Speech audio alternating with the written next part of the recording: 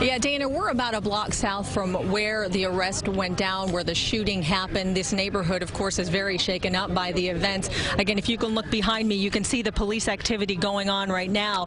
Again, as you probably have mentioned, there was what we believe was a resident in this area that saw the suspect sleeping in the doorway of a business on East Elizabeth.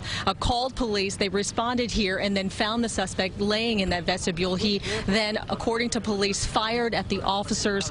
Two officers were shot. One, we believe, was shot in his bulletproof vest, but both officers were told are going to be okay. But again, shots being fired in this neighborhood, a very quiet neighborhood. I spoke to a gentleman just down the street who told me that nothing like this has ever happened.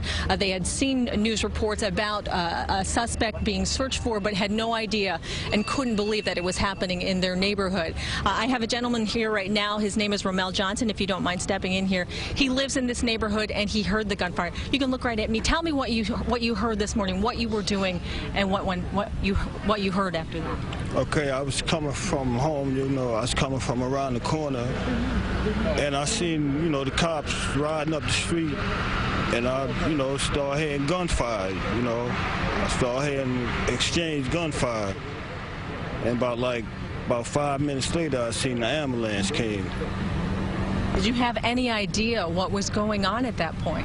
No, not right at the instant. I didn't know what was going on right at the time, but... When did you realize that this was the person who police were looking for in connection to not only the New York City bombing, but also the bomb that was found in Seaside Park, New Jersey? Well, when I seen, like more cop cars coming, and, I had just got finished watching it on the news, so I kind of figured that, Could you imagine that the man they were looking for would be in your neighborhood? Well, I can't say because, it's just right the next city, Elizabeth, the next city from here, Linden, So, it just could have been, which he was, Was it frightening, though, to hear all the gunfire? Oh, yes, it was frightening, yes. Well, thankfully, you're okay, and they hopefully have the right person in custody. Thanks for your time, Mr. Johnson. Appreciate it. Again, so that's the latest that we have here from the scene. Again, we're about a block south from where the shooting happened, the gunfire between the suspect and police. We were just approached by the police just moments ago who told us they're moving their perimeter and we're being moved to another location. So as soon as we get there, we'll bring you the very latest from them. Hazel, Dana, we'll send it back to you. One thing that you mentioned in your interview with Mr. Johnson just reminds us this is a mixed-use area. It's semi-industrial, but we also know residential. I can see there's a school nearby. There's a lot going on in this neighborhood, so we can understand the residents and workers' concerns. Of course, yeah. Like you mentioned, Rommel lives here in this neighborhood. There's a lot of homes that are behind my camera right now, but you can even see right here, right behind me, there is a Hometown Tire and Auto business. There's a gentleman that was working at that business. He heard gunfire.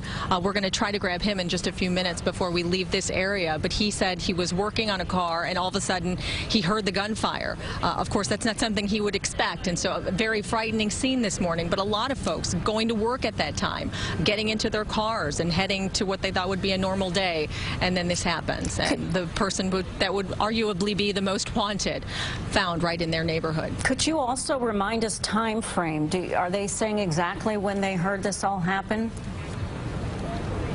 From what I heard from witnesses, they said just a little over an hour ago is when they heard the gunfire in this neighborhood. That's as far as I know right now. We're hearing different reports, an hour to an hour and a half when the gunfire was heard.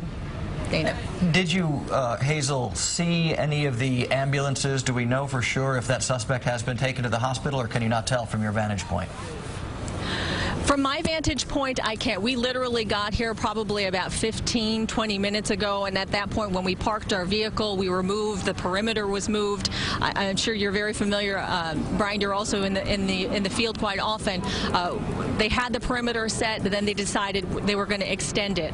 They, of course, want to collect every bit of evidence they can in this area, so they're trying to keep that perimeter safe, that no possible potential evidence is tampered with by not only the the residents in this area, but also the media. So when we got here, we did not see any of the ambulances coming or going, but we did see, obviously, you can see it here in our picture, a lot of flashing lights. There are plenty of police vehicles here, emergency management from this area, the Union County Sheriff's here, also Linden Police, of course, in this neighborhood. But they are keeping us a very safe distance away until they can gather everything that they need for this investigation. As far as you know, are there any evacuations? Are they asking neighbors to leave or stay indoors, or is it not that kind of situation right now? No, it doesn't appear to be that situation at this point, Brian. From what we can tell, there are still people sitting on their front steps right here. There's quite a few people standing on their porches trying to see what's going on. Obviously, many of them getting up and just realizing what a huge development has just happened right outside their front doors.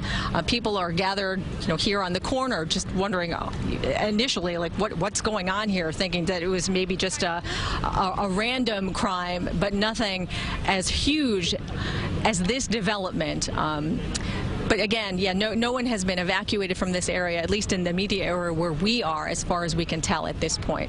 All right. Hazel Sanchez in Linden Live, thank you very much for that update. We appreciate your insights from right there on the ground where this is all still going on. Yes, we have live coverage there. Also right now, let's listen. We've just heard from the Linden mayor, Mr. Armstead.